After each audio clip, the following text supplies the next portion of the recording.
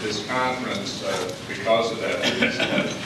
In terms of our panelists, we wanted to have a broad array of responsible viewpoints by this very distinguished group of panelists in order to present this issue in a balanced and objective way.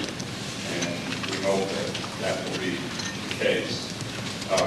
Unfortunately, one of the panelists, the very highly respected Edward Said, for health reasons that are well known to many of you, over the weekend announced that he was not going to be able to be with us. And so our best wishes go with him. And we're sorry about that, but we're very fortunate to have in his place Reverend Naeem Atiq of St. George's Episcopal Cathedral in Jerusalem, who has come over at the last minute. Reverend Atiq, I'd just like to thank you for this very extraordinary gesture. I'd like to introduce our moderator, who's well known to many, if not most of you, Ambassador Richard Mertv, who I'm also pleased to say is the chairman of the Board of Governors of the Middle East Institute and a senior fellow at Council of Foreign Relations. As you know, Ambassador Mertv has been ambassador to most of the places in the Middle East, it seems, and was Assistant Secretary of State for 6 years, where he dealt on a daily basis with the issues of the peace process. Dick, I'd like to welcome you to the podium.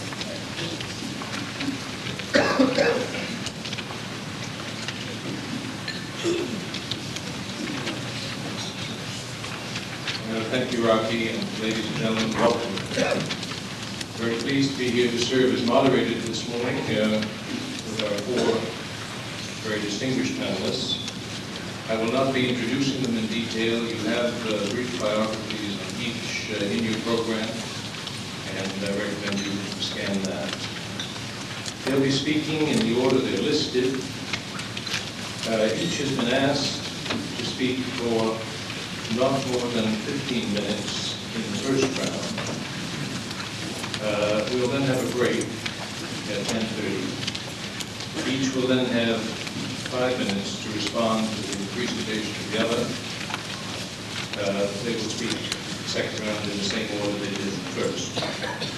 After their 5-minute presentations, I will pose to them as many of the questions from the audience as time allows. Please write your questions on the note cards provided in your folder. These will be collected throughout the morning by our staff of interns. Just raise your hand and they'll come by. We will be ending the program at 12:30. I know the time limits of 15 minutes for presentation, 5 minutes for reply is totally inadequate to the complexity of the subject they'll be addressing, and we'll appreciate the speaker's cooperation. And as far as your questions are concerned, I trust that some of you have come with an open mind. So I hope to see some of those questions ended up after the presentation rather than before.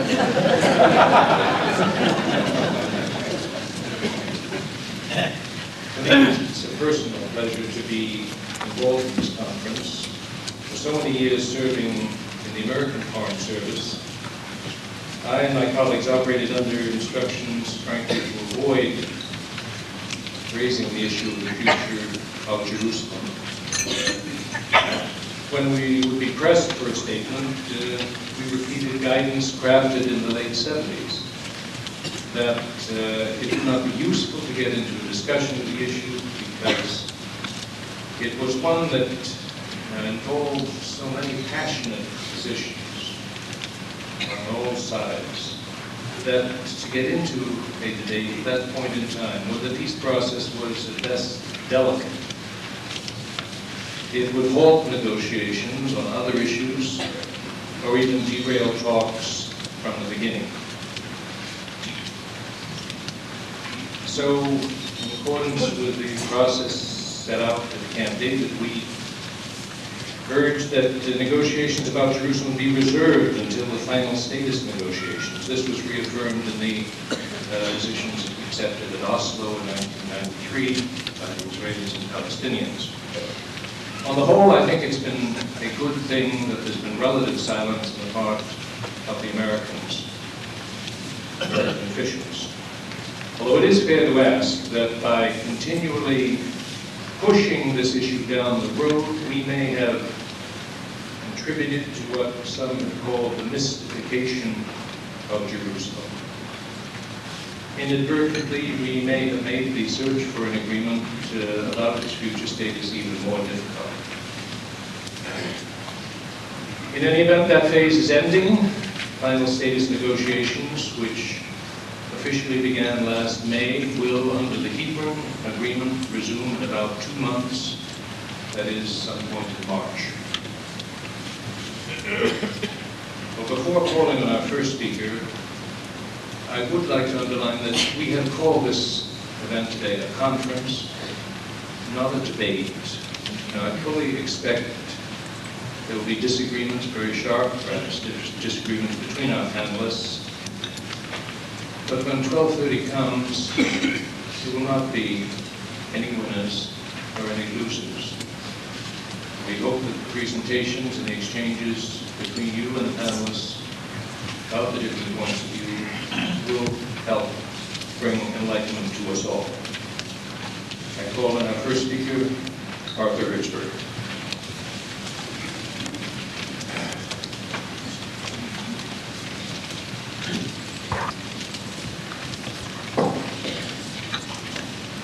I was thinking about this speech, of course, for a few days, and my final preparation was done at breakfast. And having had a fair idea, well, I knew exactly who would be on the platform, very serious people who've been thinking about the issues all their lives, and quite a lot of serious people in the audience. So I decided that I would not begin with some profound orotund declaration, but to tell you a football story. I don't know whether any of you remember, I spent 10 years of my life in Nashville, Tennessee, and that's where Rocky and I began together. That's where Sadark and I began together. And I remember that a football hero and later a coach, I think it was from the University of Tennessee, was a fellow named Harry Hickman.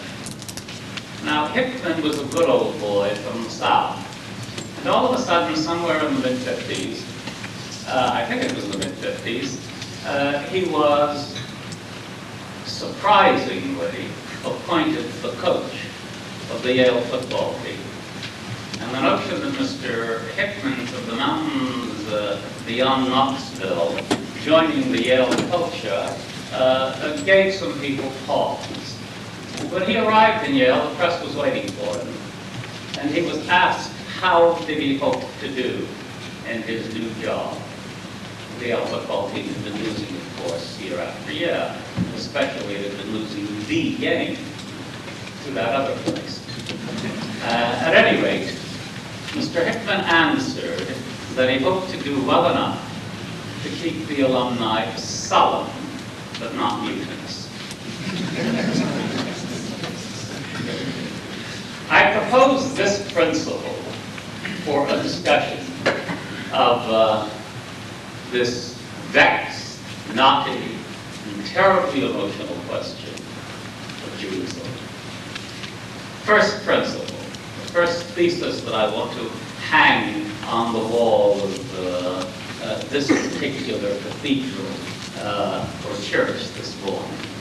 There can be no political solution, no arrangement in Jerusalem which won't leave everybody with less than he really wants, or she really wants.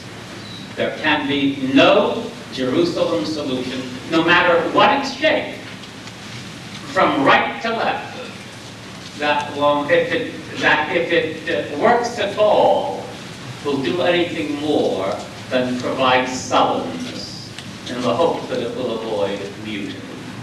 And in order to illustrate the point, let's start with one of the very knotty questions. Rashid and I go back a long time. We once taught a course together at Columbia on a comparative study of Zionist and Palestinian nationalism. It was a course that we called the zoo. And it was, but it kept peace. And we said all kinds of terrible things, generally in criticism of each other's views. And as you see, we came out of it the dear friends that we still are. I remember once saying in class something about the superior sacredness, or the sacredness of the Hahabayat, the Temple Mountain, as central to a Jewish religious consciousness through the ages. And Rashid came back and said to me, but that's picking one stratum.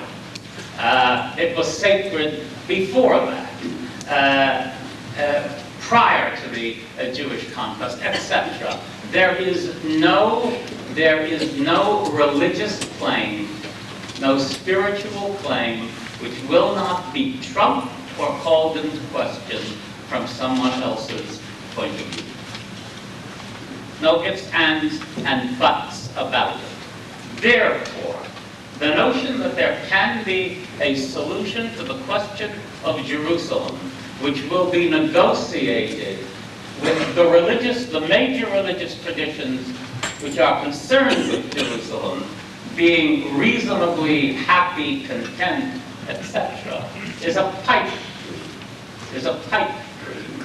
And let us therefore begin. I begin very radically with the proposition that we are not making peace among religions. That's their problem. Let them make it theologically. And remember, most of my life I've been a card-carrying rabbi. The religious problem is not settleable within the political context.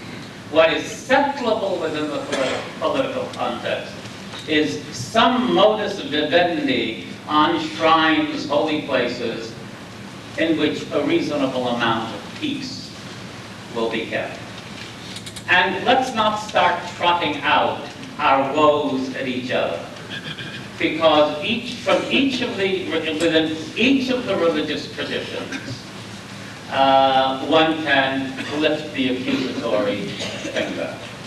The other day, after my friends in the mainline Protestant churches got through issuing a statement for shared Jerusalem, I wanted to know what they were saying between 49 and 67, when there was no Jewish access and the synagogues in East Jerusalem had all been dynamited. And back came a letter saying, what were you saying in 52 when the mosques were being dynamited in Banamini Creek? And my answer was, I personally did say more than a little something, but you're right. Point of the matter is, we can go through this exercise endlessly, and it won't do any good. It won't do any good. We are going to make settlement, if there will be settlement, on the shrines on some interreligious basis within which their sacredness and access to them will be guaranteed on the basis of equality. That is not enough to satisfy the maximalists in any of the camps. Which now leads me to my next proposition. The real issue of Jerusalem is the issue that Israel's greatest poet keeps raising, Yehuda Amichai. People live there. People live there. They go to the theater, they go to synagogue, they go to mosques, they fuss around with each other. Children play ball in courtyards in which Herod built elaborate buildings, and the remains are still around. There are people living there. And those people must be given the opportunity to live their lives as freely, as decently, and as much under their own traditions and under their own rules as is humanly conceivable. It therefore means, and let me now quote the Minister of Propaganda of the Likud in the United States, Mr. Abe Rosenthal of the New York Times. Let me now quote him, an old sparring partner of mine. Let's quote him. The other day, when the Netanyahu government finally signed onto all the documents on Hebron. Mr. Rosenthal wrote, quite honestly, you can call it gefilte fish, as well as Palestinian Authority, but what he has signed on to is a Palestinian state. One way or another, there is going to be a Palestinian state. Now, the notion that the Arabs, the Palestinians of East Jerusalem, are Israeli citizens is a figment of Israeli political imagination. Just isn't so. Anyone who believes that should go walking on Suleiman Boulevard at about 11 o'clock at night all by himself, as he freely walks on Rehov HaPalmach in Jerusalem. You are dealing in two cultures and in two national identities. And therefore, there needs to be a political division of Jerusalem. There has to be the recognition that you are dealing with two national identities which essentially have quite different perceptions of where they want to be and where they ought to be.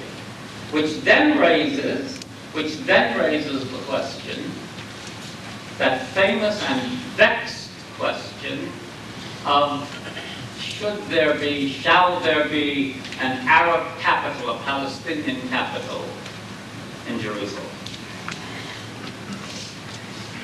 If in 1947-48 there had been an acceptance of partition rather than war, that's precisely where we would be probably now with goodwill.